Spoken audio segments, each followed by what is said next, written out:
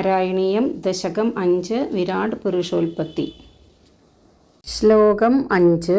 തത്രാസൗ ത്രിഗുണാത്മകഃ അപി ത്രിഗുണാത്മകോപി ച മഹാൻ സത്വപ്രധാനഃ സ്വയം ജീവേസ്മിൻ ഖലു നിർവികൽപം അഹം ഇതി ഉദ്ബോധ നിഷ്പാദകഃ.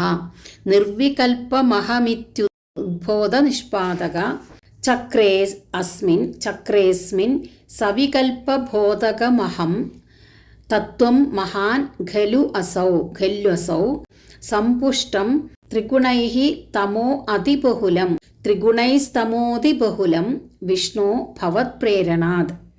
തത്ര അസൗ ച മഹാൻ, അതിൽ അതിലെന്ന് പറഞ്ഞാൽ മായാകാര്യങ്ങളിൽ ഈ മഹത്വത്വമാകട്ടെ ത്രിഗുണാത്മകഃ അപി സത്വരജസ് തമസ്സുകൾ ചേർന്നതാണെങ്കിലും സത്വപ്രധാനഃ സത്വഗുണപ്രധാനവുമായിട്ട് അസ്മിൻ ജീവേ സ്വയം ഈ ജീവങ്കൽ സ്വയമേവ നിർവികൽപം അഹം ഇതി ഉദ്ബോധ നിഷ്പാദകഃ ഖലു.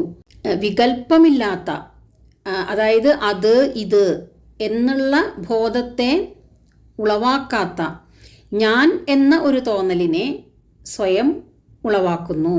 അസൗ മഹാൻ ഖലു വിഷ്ണു, ഈ മഹത്വത്വം തന്നെ ഹേ വിഷ്ണു ഭവത്പ്രേരണാത് അവിടുത്തെ പ്രേരണ ഹേതുവായിട്ട് അസ്മിൻ ഇതിങ്കൽ ഈ ജീവങ്കൽ ത്രിഗുണൈഹി സമ്പുഷ്ടം ത്രിഗുണങ്ങൾ നന്നായി തികഞ്ഞതും എന്നാൽ തമോ അതിബഹുലം തമോ ഗുണത്തിന് ആധിക്യമുള്ളതും സവികൽപബോധകം മുൻപേ പറഞ്ഞ വികൽപ്പങ്ങളോട് കൂടിയ, അതായത് ഞാൻ എൻ്റേത് എന്നുള്ള സ്വാർത്ഥ ചിന്തകളും ഭേദഭാവനകളും എല്ലാം ഉളവാക്കുന്ന അഹം തത്വം ചക്രേ അഹങ്കാരം എന്ന തത്വത്തെ സൃഷ്ടിച്ചു.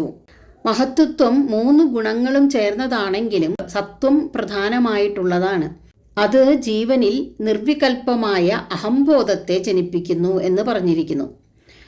അതായത് ഞാൻ എൻ്റേത് എനിക്കുള്ളത് തുടങ്ങിയ സ്വാർത്ഥ ചിന്തകളും ഞാൻ വേറെ നീ വേറെ ഈ പ്രപഞ്ചത്തിൽ കാണുന്ന ഓരോ വസ്തുക്കളും വേറെ വേറെ എന്ന ഭേദചിന്തകളും തീരെയില്ലാത്തതും ഞാൻ ആത്മാവാണ് എന്ന പ്രതീതിയെ മാത്രം ജനിപ്പിക്കുന്നതുമാകുന്നു.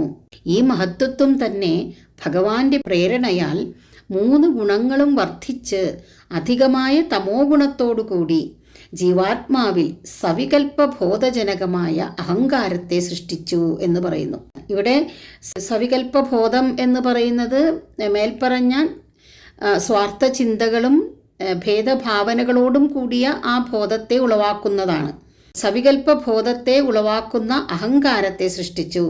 ഈ അഹങ്കാര തത്വമാണ് സംസാര ദുഃഖത്തിനെല്ലാം കാരണമായി തീരുന്നത്.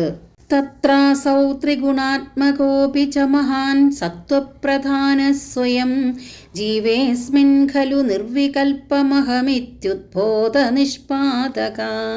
ചക്രേസ്മിൻ സവികൽപബോധകമഹം തത്വം മഹാൻ ഖല്വസൗ സമ്പുഷ്ടം ത്രിഗുണൈസ്തമോതിബഹുലം വിഷ്ണോ ഭവത്പ്രേരണാത്.